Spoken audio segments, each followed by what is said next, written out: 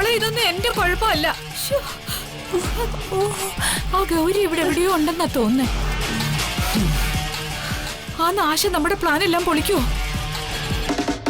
ഗംഗയെ എവിടേക്കാ കൊണ്ടുപോയെന്ന് നോക്കണം. വാ, ഇനി ഇവിടെ ഒന്നാ ശരിയാവില്ല. വാ.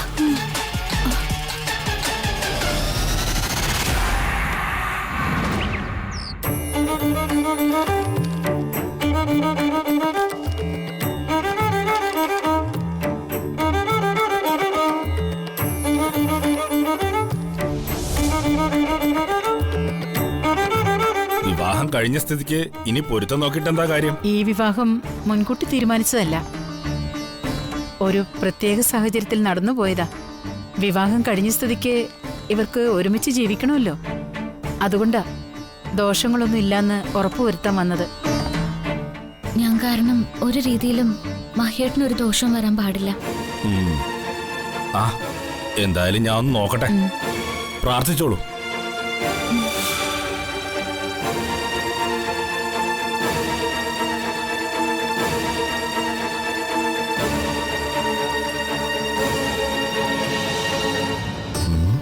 ഇവർ തമ്മിൽ 10-ൽ 10 പൊരുത്തമുണ്ടല്ലോ. അത്ഭുതകരമായ ചേർച്ചയുള്ള ജാതകങ്ങളാ. സാക്ഷാൽ ശ്രീപരമേശ്വരനെയും പാർവതീദേവിയെയും പോലെ.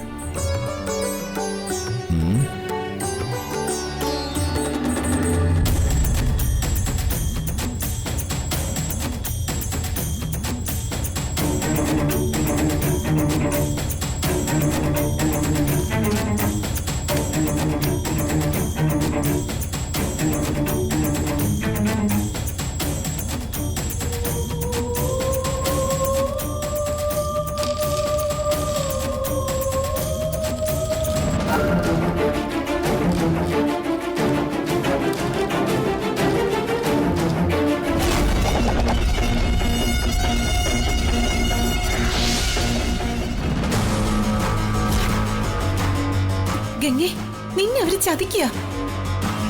നീ അവര് പറയുന്നൊന്നും വിശ്വസിക്കരുത്. നടക്കാൻ പാടില്ലാത്ത വിവാഹമാണ് നടന്നിരിക്കുന്നത്.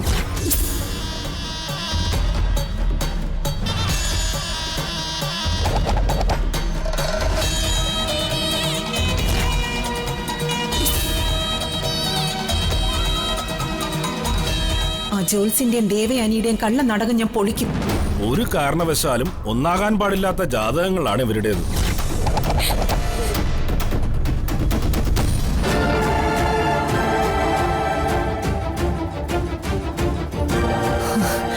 എന്റെ മഹിയേട്ടന്റെയും ഗംഗയുടെയും ജീവിതത്തിന് തടസ്സം നിൽക്കാൻ ഞാൻ ആരെയും സമ്മതിക്കില്ല.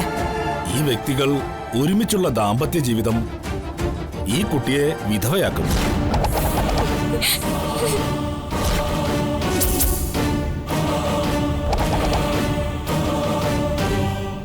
മഹിയേട്ടനോടുള്ള ഗംഗയുടെ സ്നേഹത്തെയാണ് നിങ്ങൾ ചൂഷണം ചെയ്യുന്നത്.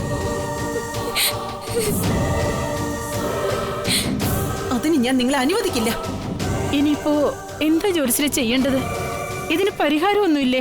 പരിഹാരമുണ്ട്. ഇതോടെ നിങ്ങളുടെ കപടമുഖം ഞാൻ വെളിച്ചത്ത് കൊണ്ടുവരും. പക്ഷേ അല്പം കഠിനമാണ്. എത്ര കഠിനമായ പരിഹാരവും ചെയ്യാം. എന്റെ ജീവൻ പോലും കൊടുക്കാം. മഹേട്ടന് ഒന്നും വരാൻ പാടില്ല. ഞാൻ എന്താ ജോത്സരെ ചെയ്യേണ്ടത്?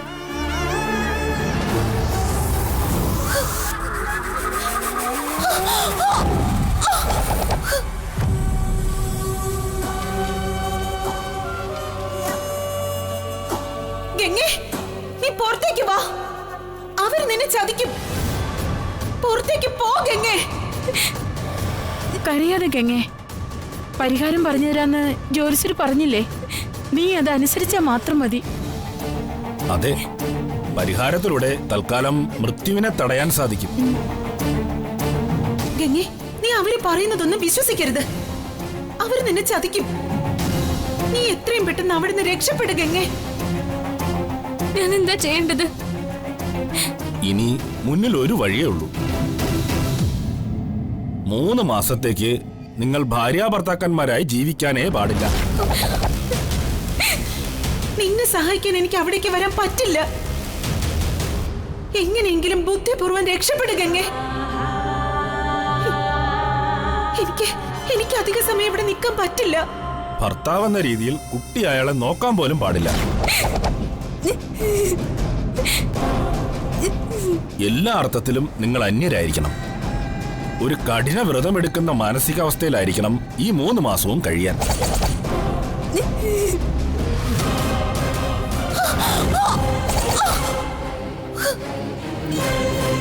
ശരി, ജോത്സ്യര് പറയുന്ന പോലെ ഞാൻ ചെയ്യാം. മഹേട്ടന്റെ കൺമുന്നിൽ പോലും ചെല്ലാതിരിക്കാം. 3 മാസത്തെ കുട്ടിയുടെ കഠിന വ്രതത്തിന് ശേഷം പ്രത്യേക പൂജകളും പ്രതിവിധികളും നടത്തി ദാമ്പത്യം തുടരാം. തൽക്കാലം ഇത് മാത്രമേ വഴിയുള്ളൂ.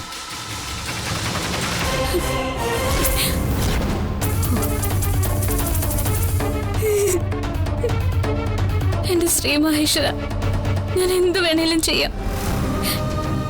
എന്റെ മഹേട്ടന്റെ ദേഹത്ത് ഒരു പോറല് പോലും സംഭവിക്കാൻ പാടില്ല.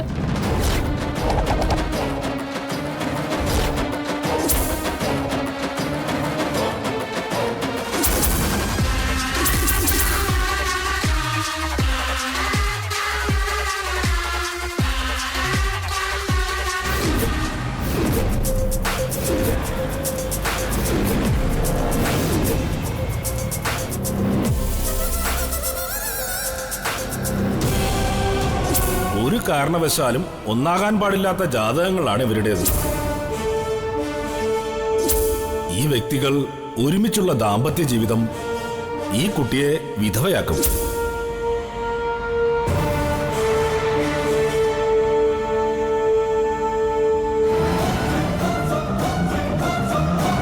വണ്ടി ലെഫ്റ്റിലേക്ക് ഒന്ന് ഒതുക്കിക്കോ. ശരി മാഡം.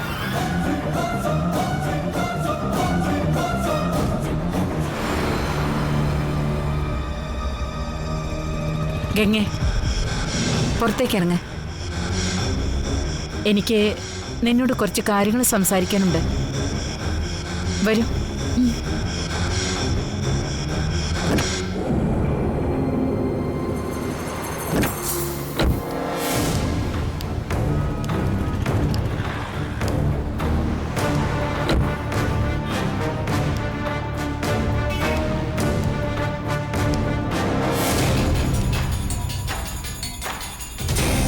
എന്താ ആന്റി?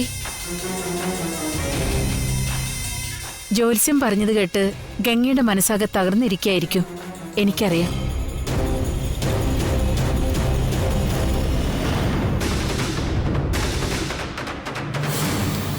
നിന്റെയും മഹിയുടെയും ജാതകപ്പൊരുത്തം നോക്കാതെ വിവാഹം നടത്തിയതുകൊണ്ട് എന്തെങ്കിലും ദോഷങ്ങളോ പ്രശ്നങ്ങളോ ഉണ്ടെങ്കിൽ ജ്യോത്സ്യനെ കണ്ട് അതിനൊരു പരിഹാരം ചെയ്യാമെന്ന് കരുതിയാ നമ്മളിപ്പോ വന്നതും ജ്യോത്സ്യനെ കണ്ടതുമല്ല. പക്ഷേ അതിലിങ്ങനൊരു അപകടം ഉണ്ടാവുമെന്ന് ഞാൻ ഒരിക്കലും കരുതിയതല്ല. ഇങ്ങനെയൊക്കെ ജോത്സ്യര് പറയുന്നത് ഞാനും കരുതിയില്ല. നിങ്ങൾ ഒരുമിച്ച് ജീവിച്ച മഹിക്ക ദോഷം. മഹിയുടെ ജീവൻ വരെ അപകടത്തിലാവൂന്ന് പറഞ്ഞാ നമുക്ക് എന്ത് ചെയ്യാൻ പറ്റും? എനിക്ക് ആലോചിച്ചിട്ട് എന്ത് ചെയ്യണമെന്ന് ഒരു ഊഹവും കിട്ടുന്നില്ല. മഹേട്ടനോട് ഞാനത് എങ്ങനെ പറയും? മാളുവിനെ ഞാനത് എങ്ങനെ പറഞ്ഞു മനസ്സിലാക്കും? ഒരു കാരണവശാലും നീ ഈ കാര്യം മഹിയുടെ മാളുവിനോട് പറയരുത്. മഹിക്ക് ഇതിലൊന്നും വിശ്വാസമില്ല. അവന് ഇതൊന്നും അംഗീകരിക്കത്തുമില്ല. പണ്ട് ഗൗരിയുടെ കാര്യത്തിലും ഇതൊക്കെ തന്നെയാ സംഭവിച്ചത്.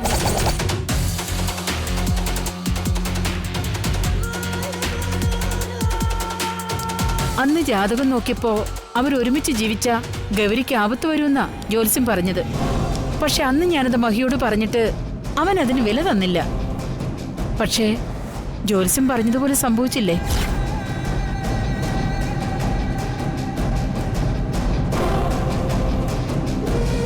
ഗൗരി മരിച്ചില്ലേ?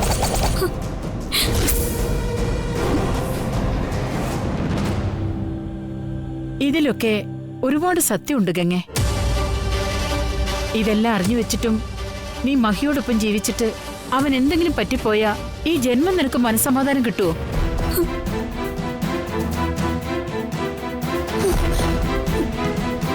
മഹിക്കൊന്നും സംഭവിക്കാതെ നോക്കേണ്ടത് നിന്റെ കടമയാ. ഇത് കുറച്ചു നാളത്തെ കാര്യമല്ലേ? അതൊക്കെ എന്തെങ്കിലും പറഞ്ഞ് നിനക്ക് പിടിച്ചു നിൽക്കാവുന്നതല്ലേ ഉള്ളൂ. മഹിയും മാളും എന്തൊക്കെ പറഞ്ഞ് നിർബന്ധിച്ചാലും നീ അത് മനസാന്നിധ്യത്തോടെ തരണം ചെയ്യണം.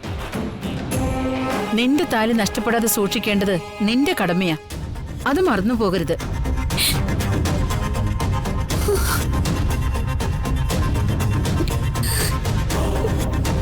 മഹേട്ടനൊന്നും സംഭവിക്കാൻ ഞാൻ സമ്മതിക്കില്ല. ഞാൻ എങ്ങനെയെങ്കിലും ഈ അവസ്ഥ മറികടക്കാൻ ശ്രമിക്കാം. ഗംഗേ, ഇവരിത് നിന്നോട് കള്ളം പറയുന്നതാ. ഇത് വിശ്വസിച്ച് നീ ജീവിതം നശിപ്പിക്കരുത്. ഈ കെണിയിൽ നീ വീഴരുത് ഗംഗേ. നിനക്ക് വലിയ മനസ്സാണ് ഗംഗേ. നിന്റെ മനസ്സിന്റെ നന്മയിലും നിന്റെ വ്രതശുദ്ധിയിലും ആയിരിക്കും എന്റെ കുടുംബം ഇനി നിലനിൽക്കുന്നത്.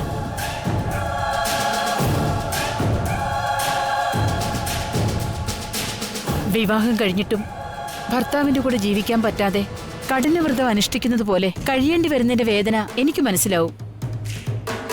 എങ്കിലും കാലം ഇങ്ങനൊരു പരീക്ഷണം നിനക്കായി കാത്തുവെച്ചതിന് നമുക്ക് എന്ത് ചെയ്യാൻ സാധിക്കും?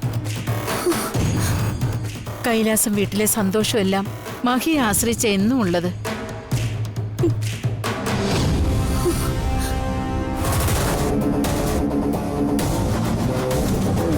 ആ മഹിയുടെ ജീവൻ ഇനി നിന്റെ കയ്യിലാ. അതുകൊണ്ടാണ് നിന്റെ ഈ കഠിനവ്രതത്തിന്റെ പരിശുദ്ധി ഒരിക്കലും നഷ്ടപ്പെടരുതെന്ന് ഞാൻ പറഞ്ഞത്.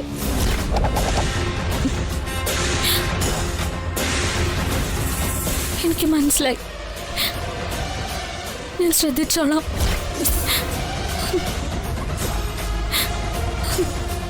ഈ കള്ളക്കളിയെല്ലാം എങ്ങനെ ഗംഗയെ അറിയിക്കും?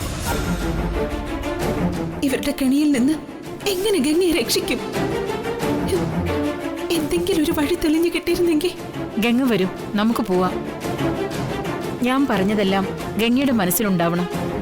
ഞാൻ ഒരിക്കൽ കൂടി പറയാ, ഇതൊന്നും ഒരു കാരണവശാലും മഹി അറിയരുത്. ഇല്ല, ഞാൻ പറയില്ല. ആ, അത് മതി. വരൂ.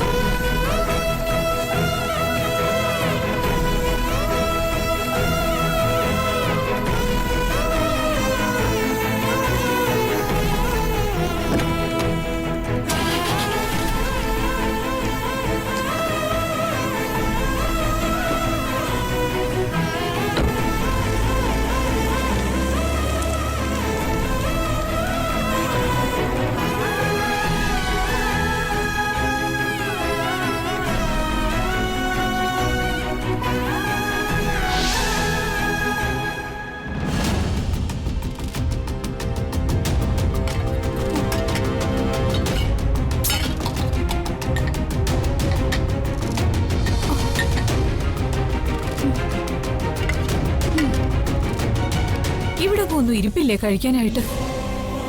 നാശം. വിശന്നിട്ടാണെങ്കി ഇനിയിപ്പോ എന്ത് ചെയ്യും? ആ, ഫ്രിഡ്ജിൽ എന്തെങ്കിലും ഉണ്ടോ നോക്കാം.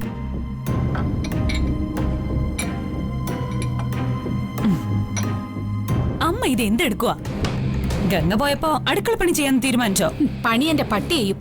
പിന്നെന്താ അമ്മ ഇപ്പൊ ചെയ്യുന്നേ? എടി, എനിക്ക് വിശക്കുന്നു. പോയ കാര്യം എന്താവും അറിയാതെ മനുഷ്യൻ ഇവിടെ ഭ്രാന്ത് പിടിച്ചിരിക്കുമ്പോഴാ അമ്മയുടെ ഒരു വിശപ്പ്. ആ ഭ്രാന്ത് എനിക്കും തോന്നിയത് കൊണ്ടാ എനിക്ക് വിശപ്പ് വന്നേ. അതെന്താ നീ മനസ്സിലാക്കാത്തെ? നിനക്കറിയാവുന്ന കാര്യമല്ലേ ടെൻഷനായ എനിക്ക് ഭയങ്കര വിശപ്പാണെന്ന്. ഒന്നാമത് പോയ കാര്യം നന്നായിട്ട് നടക്കുമെന്നുള്ള ടെൻഷൻ. രണ്ടാമത്തെ ടെൻഷൻ, നമ്മൾ എന്ത് ചെയ്താലും ബൂമറാങ് പോലെ പണികളെല്ലാം നമ്മുടെ നെഞ്ചത്തോട്ട് തിരിച്ചു വന്നോണ്ടിരിക്കുന്നത്. ദേ, ഇപ്പൊ തന്നെ കണ്ടില്ലേ ആ തോക്ക് വന്ന് എന്റെ തലയിലിടിച്ചത്? ഞാൻ എറിഞ്ഞതെങ്ങോട്ടാ, അത് പോയതെങ്ങോട്ടാ? ഇങ്ങനെയുള്ള അവസ്ഥയിൽ ഏത് മനുഷ്യനായാലും ടെൻഷൻ അടിക്കും. അമ്മ പറയുന്നത് കേട്ടാ അമ്മയ്ക്ക് മാത്രമേ ചിന്തകളൊക്കെ ഉള്ളെന്ന് തോന്നും. എനിക്കുണ്ട് ഈ ചിന്തകള്. എന്തെല്ലാം പദ്ധതികളാ നമ്മൾ പ്ലാൻ ചെയ്ത് എല്ലാം പാളിയില്ലേ? അതെ, ഈ പ്ലാനിങ് നമ്മൾ വല്ല ബിസിനസ്സിലും കാണിച്ചിരുന്നെങ്കിൽ ഇപ്പൊ നമ്മൾ മഹിയേക്കാളും പണക്കാരായനെ. അതെങ്ങനെയാ? നമ്മൾ വെക്കുന്ന ഓരോ പണികളും അത് നമുക്ക് ഗൗരി തിരിച്ചു തന്നോണ്ടിരിക്കല്ലേ. സത്യം പറയാലോ, ഒരുമാതിരി ടോം ആൻഡ് ജെറി പോലെയാ ഇപ്പൊ നമ്മുടെ ജീവിതം. ഒരുമാതിരി ഊള കോമഡി വെച്ച് ഉപമിക്കല്ലേ അമ്മേ? ഇപ്പൊ എന്താ ചെയ്യാൻ പറ്റുക അത് പറ. അത് തന്നെ എനിക്കും ചോദിക്കാനുള്ളത്. എന്താ ചെയ്യാൻ പറ്റുക? ഓ, എന്നെ വട്ടി പിടിപ്പിക്കില്ലേ അമ്മേ? ശ്രേ, നീ ഒന്ന് ആലോചിച്ച് നോക്കിയേ. ഓരോ പ്രാവശ്യവും ഇനി ഇപ്പൊ എന്താ ചെയ്യാന്ന് ചോദിക്കും. അപ്പൊ ഓരോ പ്ലാൻ പറയും, അതിനുവേണ്ടി പ്രവർത്തിക്കും. അത് പാളും. അപ്പൊ വീണ്ടും ചോദിക്കും ഇനി എന്ത് ചെയ്യുമെന്ന്. അപ്പൊ അടുത്ത പ്ലാൻ. ഇങ്ങനെ പ്ലാൻ ചെയ്യാനും ആ പ്ലാൻ പാളാനും തുടങ്ങിയിട്ട് എത്ര നാളായിന്ന് എന്തെങ്കിലും ഒരു ഐഡിയ ഉണ്ടോ? ആ, എനിക്കൊന്നും അറിയില്ല. എന്നാ അറിയണ്ട. ഇനി ചെയ്യാൻ ഒന്നേ ഉള്ളൂ, വല്ല. അല്ലെങ്കിൽ വേണ്ട. എന്തിനാ ആവശ്യമില്ലാത്തത് പറയുന്നേ? വല്ല ഗുളിയം കയറിയ സമയമാണെങ്കിൽ അത് അതുപോലെ ഫലിക്കുകയും ചെയ്യും. അമ്മേ, എന്താ? എന്തെങ്കിലും പറ.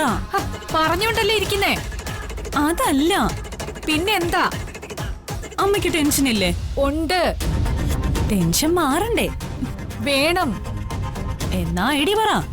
ശോ, എന്തൊരു കഷ്ടം ഇത്. നീ ഒരു കാര്യം ചെയ്.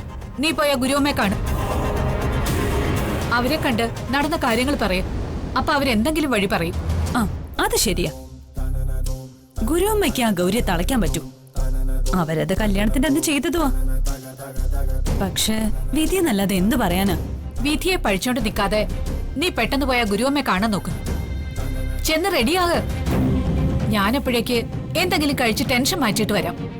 ശരി അമ്മേ, ഞാൻ പോയി പെട്ടെന്ന് റെഡി ആവട്ടെ.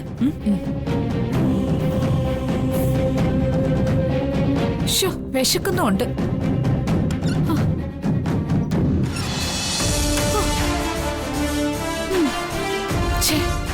ഒന്നും ഇരിപ്പില്ല. ഉണ്ടാക്കി കഴിക്കാൻ അറിയത്തുമില്ല. ആ, ഓർഡർ ചെയ്ത് കഴിക്കാം. എന്റെ ഫോൺ എവിടെയാണോ എന്തോ.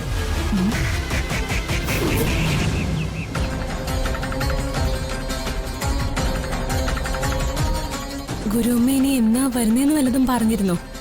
കൃത്യമായി അറിയില്ല.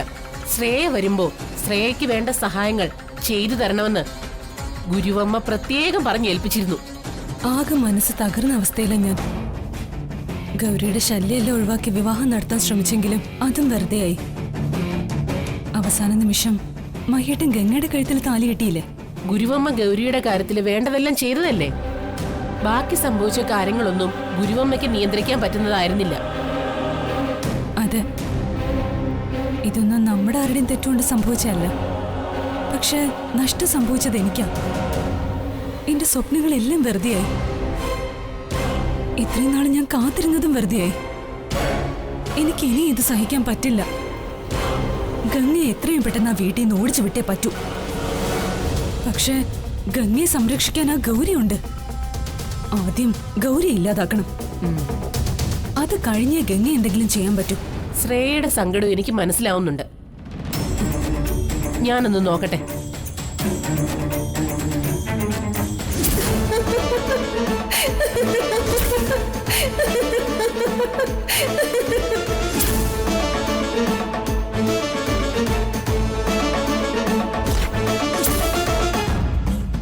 അടുത്ത പൗർണമി വരെ നമുക്ക് അവളെ ഒന്നും ചെയ്യാൻ പറ്റില്ല.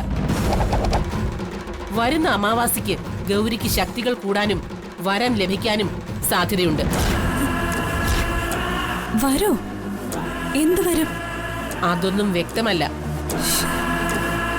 അടുത്ത പൗർണമി വരെ നമ്മൾ കാത്തിരുന്നേ മതിയാവും.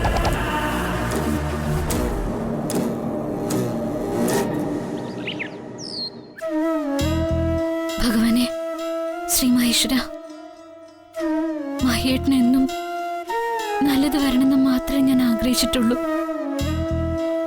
മഹേട്ടനെന്നും ഉയർച്ചയും ദീർഘായുസും ഉണ്ടാവണമെന്ന് മാത്രമേ ഞാൻ പ്രാർത്ഥിച്ചിട്ടുള്ളൂ.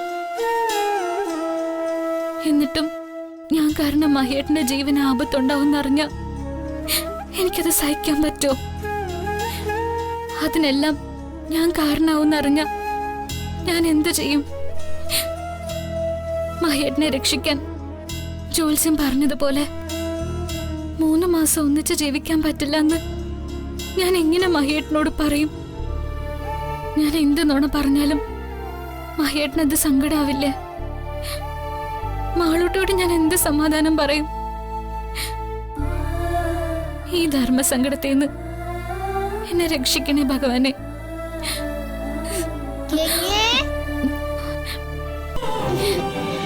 എന്താ മാളു? ഗംഗയ്ക്കൊരു സർപ്രൈസ് ഉണ്ടല്ലോ. സർപ്രൈസോ? ആ ദാ ഗംഗ ആരാ വിളിക്കുന്നേ നോക്കേ. ഹലോ. ആ ഹലോ. ആ മഹേട്ടാ. ഗംഗ എന്തെടുക്ക? ഞാനിവിടെ റൂമിലുണ്ട് മഹേട്ടാ. ആ ആണോ? മറന്നു. അല്ല, രാവിലെ ഗംഗ എന്നോട് പോലും പറയാതെ അമ്മയുടെ കൂടെ എവിടെ പോയതാ?